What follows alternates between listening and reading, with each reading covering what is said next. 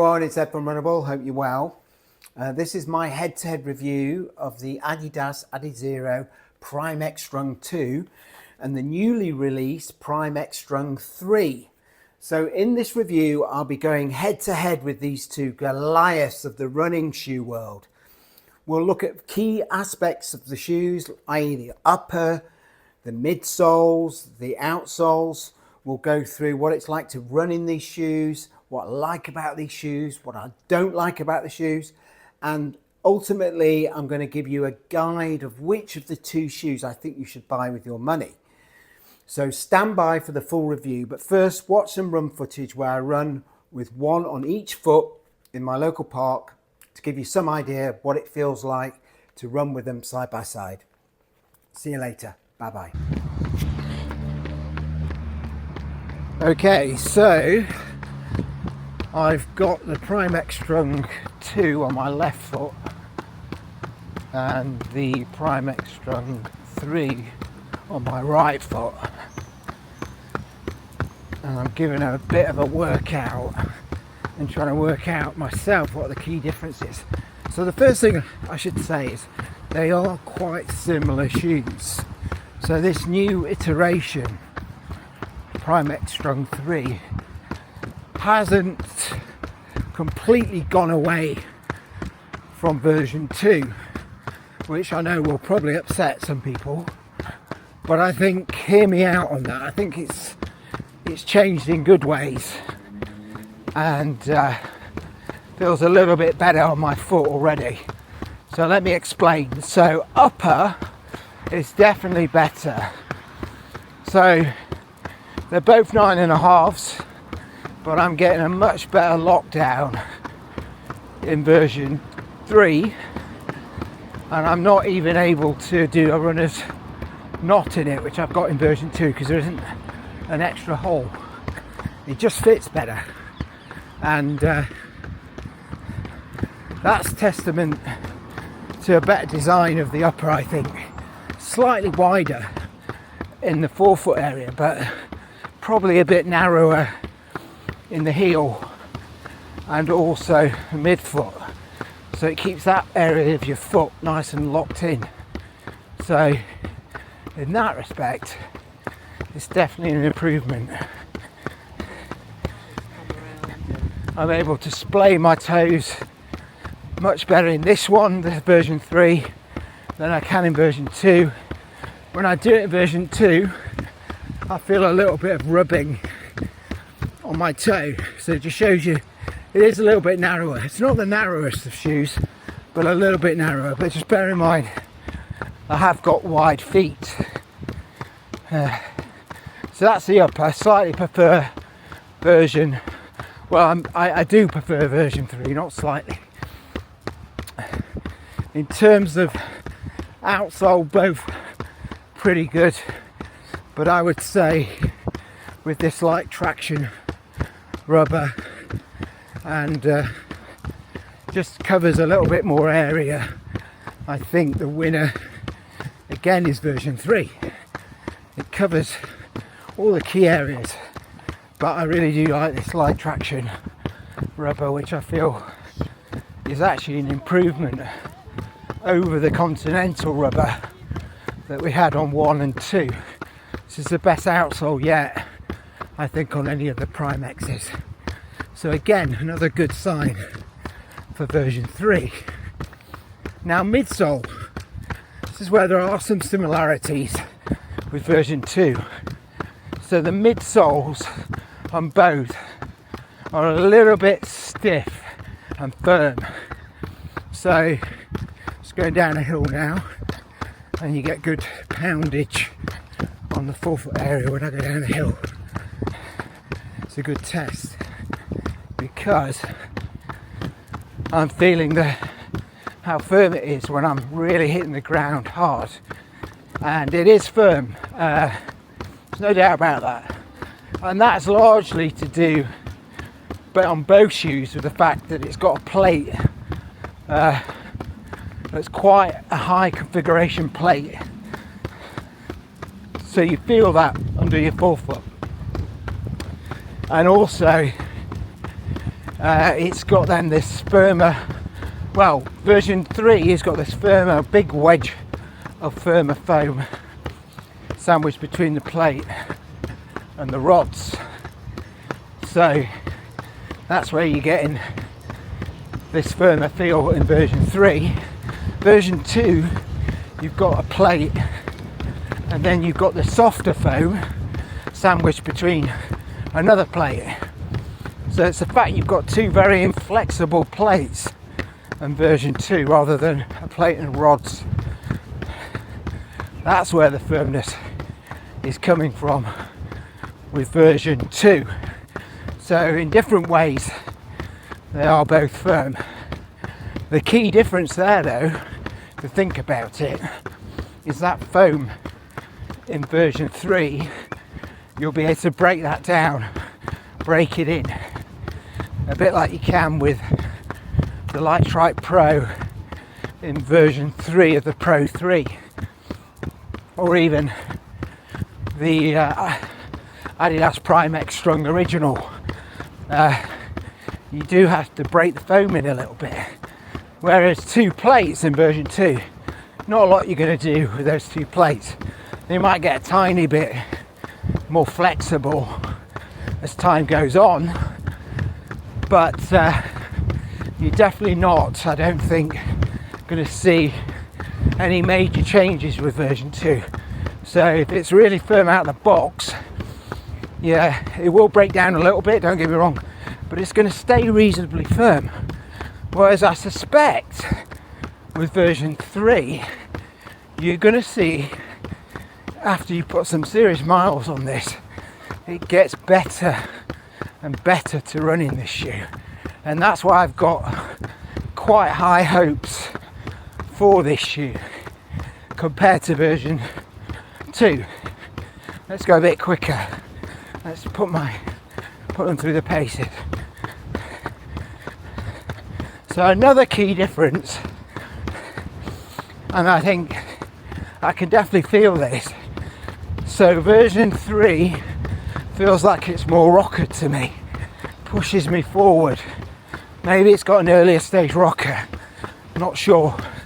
Maybe it's to do with the drop, but it's certainly a little bit easier for me to pick up the pace. It also feels lighter, less bottom heavy than version 2. Not drastically, but it does feel a little bit lighter. That was quite easy though on both to pick up the pace. That was a nice test. So let's land on the heel for a bit.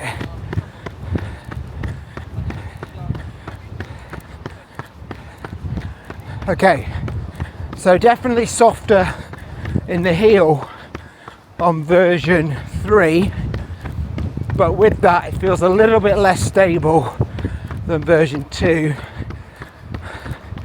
So perhaps version 2's got a slightly wider heel as well, but it doesn't feel unstable.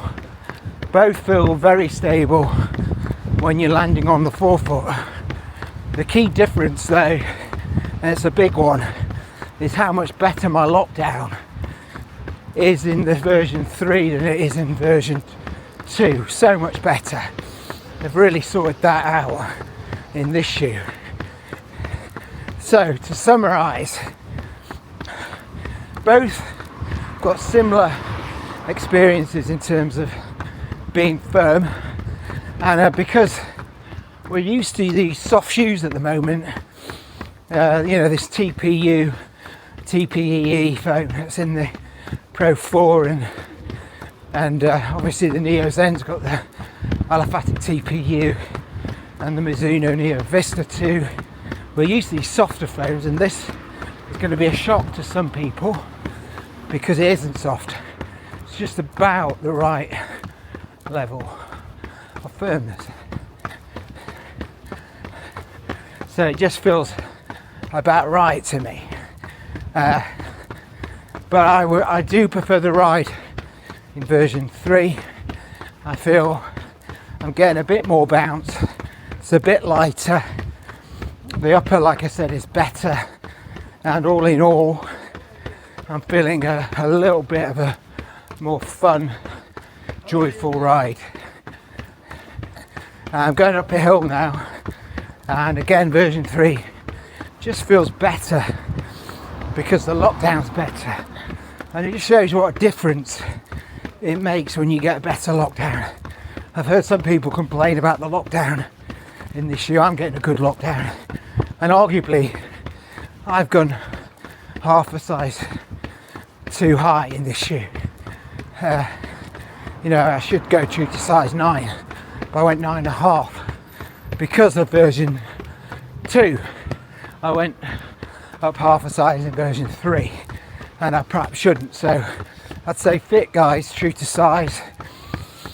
I'm just thinking this version 3 is just going to get better and better as I break this foam in, and it will, along with that, be very durable. That's all I want to say for now. Hopefully that's been useful. I'll see you soon. Bye bye.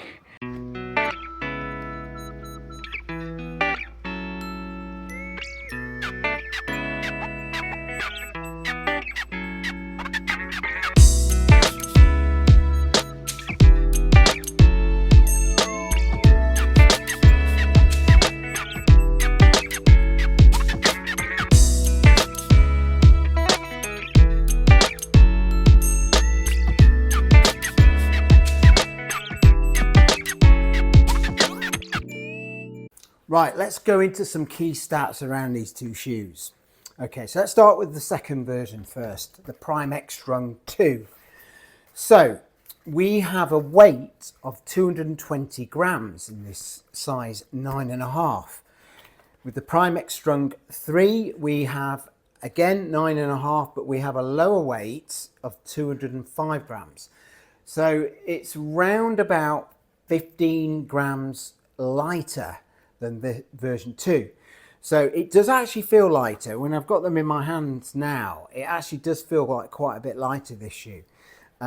When you run in it, it also feels lighter. I think it feels less bottom heavy than the second version, but it's still not a light shoe. So if you compare this with the original, which was around 270 grams in the 9.5 UK size 9.5, you can see that both versions, the second and the third, have put on weight from the original, which was still to this day is the lightest Prime X Strung version. Okay, so that's the weight. In terms of stack height and geometry, very similar here, guys. So you've got a stack height of 50 millimeters in the heel in version 2, 6.5 millimeter drop, giving it a 43.5 millimeter in forefoot. Here you've got a 7 millimeter drop, so again you've got 50, but this time you've got 43 in the forefoot. To be honest, they feel very similar in terms of stack height and cushion. There's very little to choose from between the two shoes. As I said, this feels a bit light underfoot, but in terms of cushioning, they're both very highly cushioned shoes. Particularly those of you who like to land in the forefoot area, you're going to get this massive wadge of Lightstrike Pro foam. So that's going to really serve you well in terms of those longer runs where you need a lot of cushioning. Now let's talk a bit about the uppers. So both strung uppers, strung being this kind of woven, scratchy material that was made famous, I guess, with the original Prime X. It was designed looking at a number of athletes. They tested this upper with these athletes and decided this strung material and also the way it's woven would hold their foot in place in a good way. It was designed for stability reasons and also so that a foot wouldn't move too much. And in that respect, it was fairly successful. I think with the version 2 though, compared to the version 1, I did start to get some heel lock issues. So my foot would move a little bit more around in this shoe than it did in the original, partly because it was a little bit wider, partly because the heel counter was so flexible. If you look at the original, it had a bit more structure to the heel and it had a little bit more padding around the collar. This has still got some padding around the collar, but the heel is like super floppy. There's no structure here whatsoever. And I did get some severe issues with lockdown in this shoe and my foot sliding. So as I was going down hills, it would slide towards the bottom of the shoe. And I'd end up with some black toenails. So in terms of this upper, it didn't really fit that well. The other issue I had with this upper were these plastic lace loops here, that when I tightened it using a runner's knot, which I had to do to try and lock it down, I'd get a little bit bite in the side of my foot, top side of my foot from this plastic. Also on top, because it's very thin tongue with no pillow, I also got lace bite with these rather thin rubbish laces. So all in all, I wasn't a big fan of this upper. I actually preferred the original. I found that the lockdown issues and also the fact that I had to try and tighten the laces as cinched as possible meant that I was hurting the top of my foot in the Prime X Strung 2. You'll be glad to know in the 3, although it's still got the strung material, a lot of those issues for me have gone away. I find it locks the foot in much better around the midfoot. I think it's probably a bit narrower around the midfoot, which means it holds the foot more in place. You've still got an unstructured heel counter. You've still got very little padding in the collar, but somehow this kind of works better. You've still got the rubbish laces and you've still got minimal padding in the tongue. It's still that booty construction that you've got in version 2. But all in all, I think this fits my foot much better. And I've got a wideish foot. And this forefoot area is even wider than the second version. Probably just about make that out here. It's one of the widest forefoot areas that you can get in some of these racing shoes. And I do class this as a racing shoe. We'll go on to talk about that in a bit. So all in all, much prefer the upper in this third version compared to the second version. I have far less lockdown issues in this shoe than I do in number 2. So that's the upper. In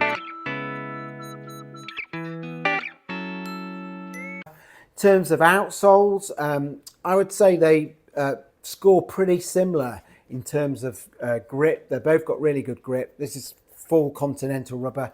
This is light traction and a little bit of Continental. They both cover all the key areas. All in all, I can't really fault the outsoles in either shoe. You can see in this one, you can see the plate sticking through there just about.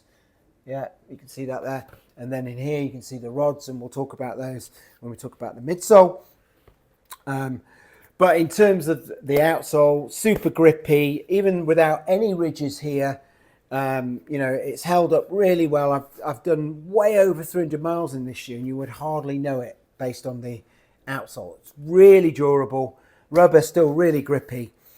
And with the third version, obviously done nowhere near as many miles, but I've got no reason to think this will be any worse. I think Adidas have nailed it when it comes to the rubber they use in their outsoles. And if anything, I think this light traction better than the Continental rubber that was on version 2. So I would score them both 5 out of 5 for outsole. Can't really separate them. Both absolutely amazing.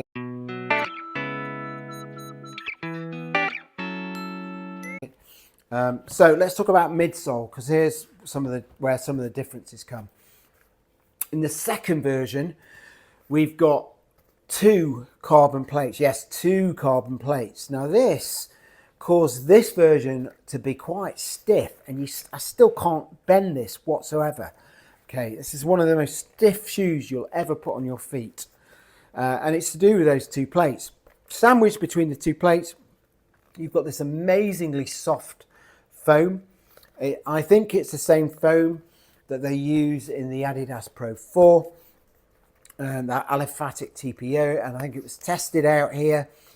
Remember, these are kind of like prototype shoes where they try out a lot of their technology to see what works. They do obviously sell them as trainers in their own rights, but I think these are more like experiments where they see what works and what doesn't. And in terms of the Prime X Strung 2, I think this foam here was seen as a step forward, and I think that's why they're using it on the Adidas Pro 4. But the idea behind it is you would have a plate above, plate below, and then when you land with force, it would compress that soft rubber and those plates, and you get a nice ping forward. The problem was, and the problem is still, that not many people were heavy enough to really do that justice. Like myself, I struggled to get the right compression and decompression from this shoe. And because of that, it felt like it wasn't as bouncy and as much fun as the first version. And compound that with the fact that it's also heavier, and a lot bottom heavier, meant that it actually felt like there was less energy return in this shoe, when arguably there was potentially more if you could engage those two plates. So for heavier runners, this became a firm favourite. And for runners like myself, who actually still like this shoe, because I still got a lot out of it in terms of my long runs, and it was still a reasonably bouncy ride, I did still like this shoe, but I couldn't get the most out of it like some of the heavier runners could. With the third version, I think things have changed a little bit. The foam seems a little bit softer, definitely in the heel. We've got softer foam above here, a more dense foam in the middle, which is kind of weird. I did expect it to be a bit more like this shoe with the softer foam in the middle. And you've got a plate and rods, so a little bit more flexible, not much though, it's still a very stiff shoe. And again, like the second version, it's hard for me, as someone at around 5'9", 63, 64 kg, it's hard to get the most out of this shoe because I don't engage the plate and rods enough, because I'm not heavy enough. I don't hit the ground hard enough. And I think this will take me, possibly 50 miles, 100 miles to actually break this foam in and get more of a bounce from this shoe. Again, like the second version, it's nowhere near as bouncy as the first original. I think it's slightly bouncier than the second version, and I get slightly more energy return than the second version. And that was kind of evident when I had them both on my feet side by side. But still, compared to the original, in many people's eyes, the GOAT, this has still got a long way to go to reach the fun factor and the bouncy ride of this stallion. And that's still the case, but I do think this is a step in the right direction. It's just a shame they couldn't make this foam a little bit softer, a bit more a foam that people like me could compress and decompress. And it's a shame. I think they didn't need the two plates. The plate and the rods. I think just one of those would have been fine. I think they should have learned a bit more from the second version, that it was too stiff, and this is now again too stiff in my opinion. And this was a lot more flexible shoe. You can see there I'm actually getting some headway in there, and this is by no means flexible, but it's a lot more flexible than these two. So I think that's a shame. But it is a step in the right direction in terms of the midsole. The geometry, I think it's got a slightly earlier stage rocker. Let's see if you can see that there. Yeah, I think you can. So I do feel like it rolls me forward better, this shoe. I feel like it has got some softer foam here, mainly this bit above. This bit below is actually softer than this red foam in the middle. So it has got softer foam. I should assume that this layer here is that aliphatic TPU that you've got in the Pro 4. And that means you do get more energy return from this shoe than you do in the second version. I think this is a faster shoe. I've run a 5K in it, and I did 17:13 in this shoe, which up until recently, like just last week in fact, was my fastest 5K time of the year. In this shoe, I only ever managed, just got below 18. I did 17:51 in this shoe. So I do feel like this is a faster shoe because it's light, and because I get more energy return, and because this has got that more earlier stage rocker that rolls me forward. And I think over time, once I break this foam in, this could be an absolute weapon. I see this as a fast cruiser, one which you could do a lot of your training runs in, but you could also do those long distance races in, those half marathons, marathons.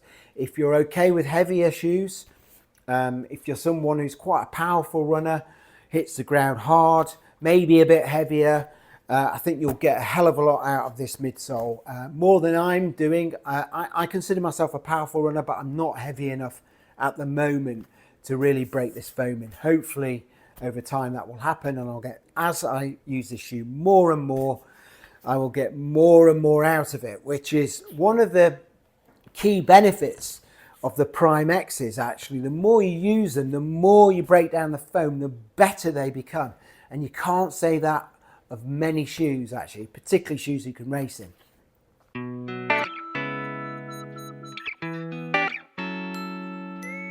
So talking about racing, let's talk about speeds. So in terms of speed and pace, I think the version 3 is a quicker shoe than version 2. I think, like I said, you're going to get more energy return because of the rocker, because of the softer, more energy efficient foam, because you've got a plate and rods rather than 2 plates.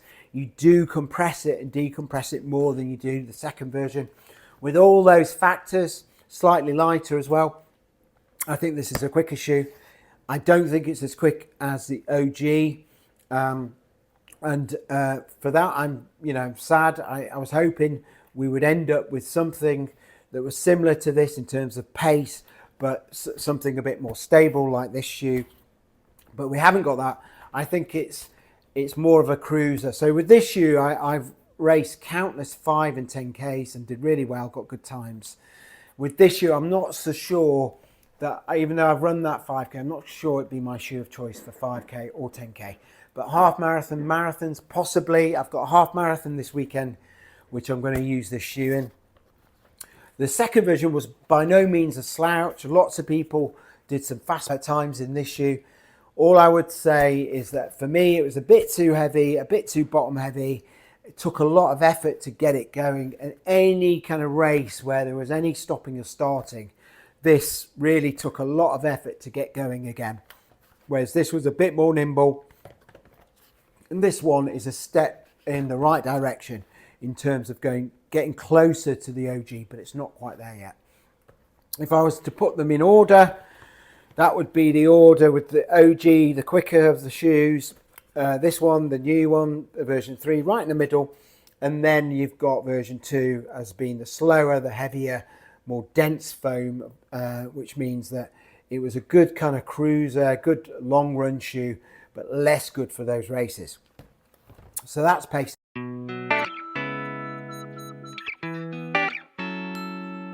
Stability, I think both of these shoes, considering the stack heights, are really stable. And that's because you've got this massive landing pad in the forefoot, and in the heel, it's not too bad either. I'd say second version, if you're a heel striker, you've got this massive squared off heel here. It's much more stable than the original, which had this tiny heel. Doesn't really do it justice, but this is a much wider heel. It's even wider than version 3, but version 3 is still quite accommodating. If you land on the forefoot, you've actually got more area here than you have on version 2 to land on, so it's quite a stable shoe. Both got very good grip. So all in all, I think both, if you've got stability concerns, unless you've got real problems with your ankles, I think both of these shoes will be fine. It's more of a worry with these shoes if you've got foot problems. Because they are so stiff, it means your foot takes a bit of a battering in these shoes. The only other shoe that these remind me of actually is the Cloud Boom Strike from On, which again I think is really stiff because the plate's quite high up. And it's the same with this shoe, same with version 2, that you have that plate configuration, which means that when you land, your foot gets a bit of a shock because it feels quite firm, particularly as you're breaking down the foam. And that people with foot issues can have some problems there. But what I would say, those with toe mobility issues, actually you might find these to work well for you because your toes don't have to do a lot of work in these shoes because there is no give. The toes just sit there and the shoe does the work. The foam does the work. It rolls you forward. Your feet do very little in terms of using your toes to spring off in these shoes. They're not those kind of shoes. Unlike the Pro 4, which your toes get a lot of a workout, and the Endorphin Elite 2, another shoe, it's very soft, and your toes, you can get quite heavy toe and foot fatigue in those shoes because your foot and toes are doing a lot of work. In these shoes, your feet just get a bit of a shock because of how firm they are. So that's stability.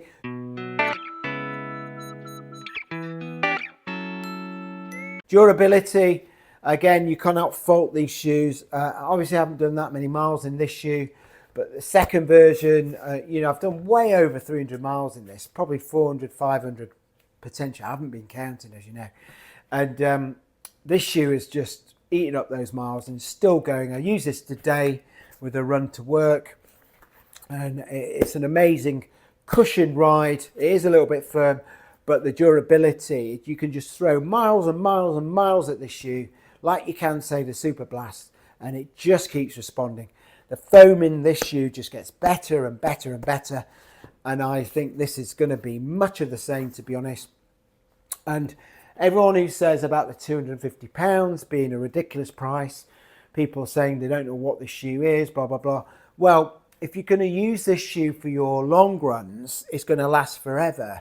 And you can also use this shoe for your speed work, and you can also use this shoe for some races. So actually, arguably, is it bad value? And we'll talk about value now, if you like.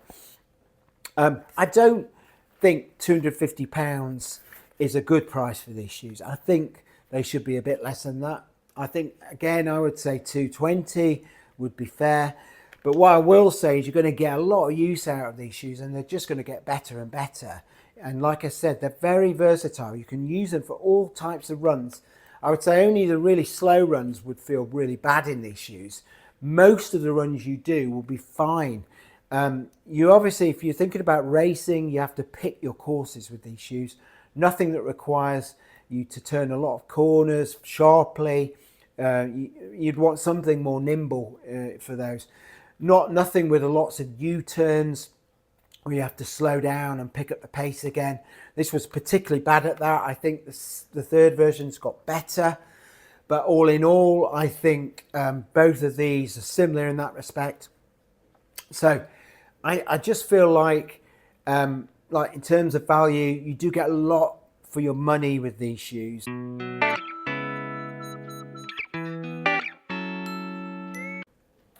So that's value.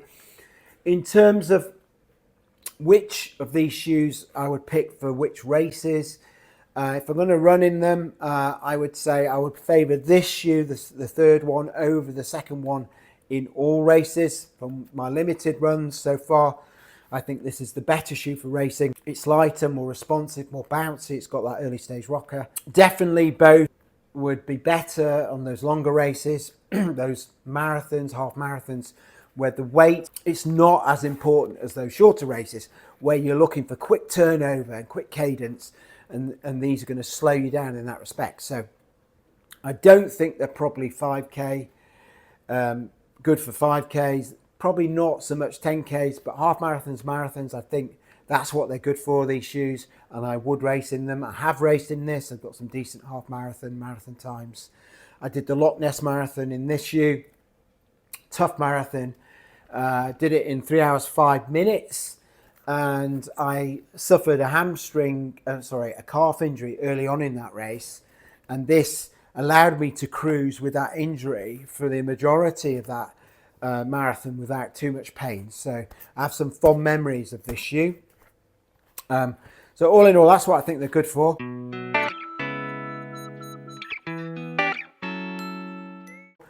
So finally, let's talk about which of these I would buy if I had a choice. So we talked about this being $250, and then when this was released, this was also £250. The fact of the matter is now, I've seen this version 2 now available at just over £100, which is an incredible price for this shoe.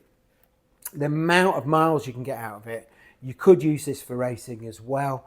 I would say if you can pick this shoe up anything shy of £130, this would be the better bet than version 3. There's not enough advantages to make it worth over £100 more.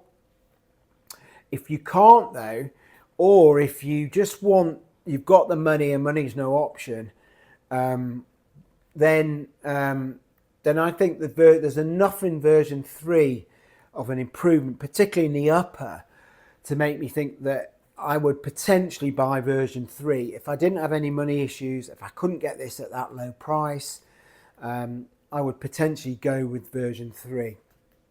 But what I would say overall, there's not enough difference for me in version 3 over version 2 to make it, me want to spend over £100 more in this shoe. And so if you can get this at a decent price, go and get yourself another pair or a new pair of these.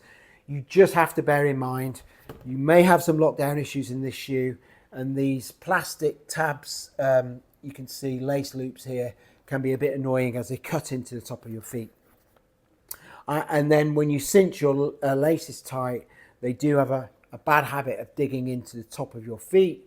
I use a trick actually where I put some KT tape to act as a pillow for the tongue, and that helps.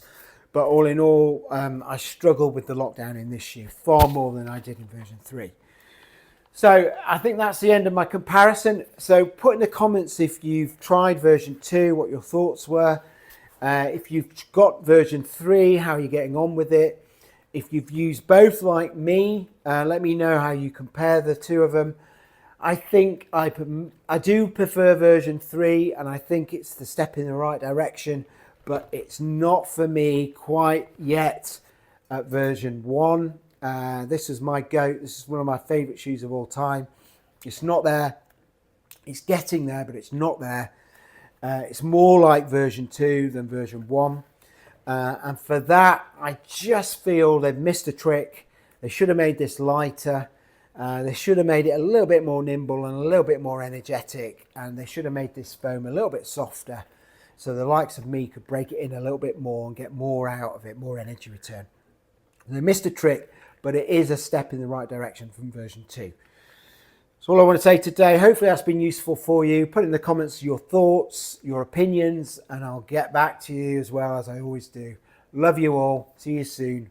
Bye-bye. Also, sorry, before I say bye-bye, put in the comments other comparisons you'd like me to do with this shoe. I think maybe the Mizuno Neo Vista 2 would be a good one, which I can do.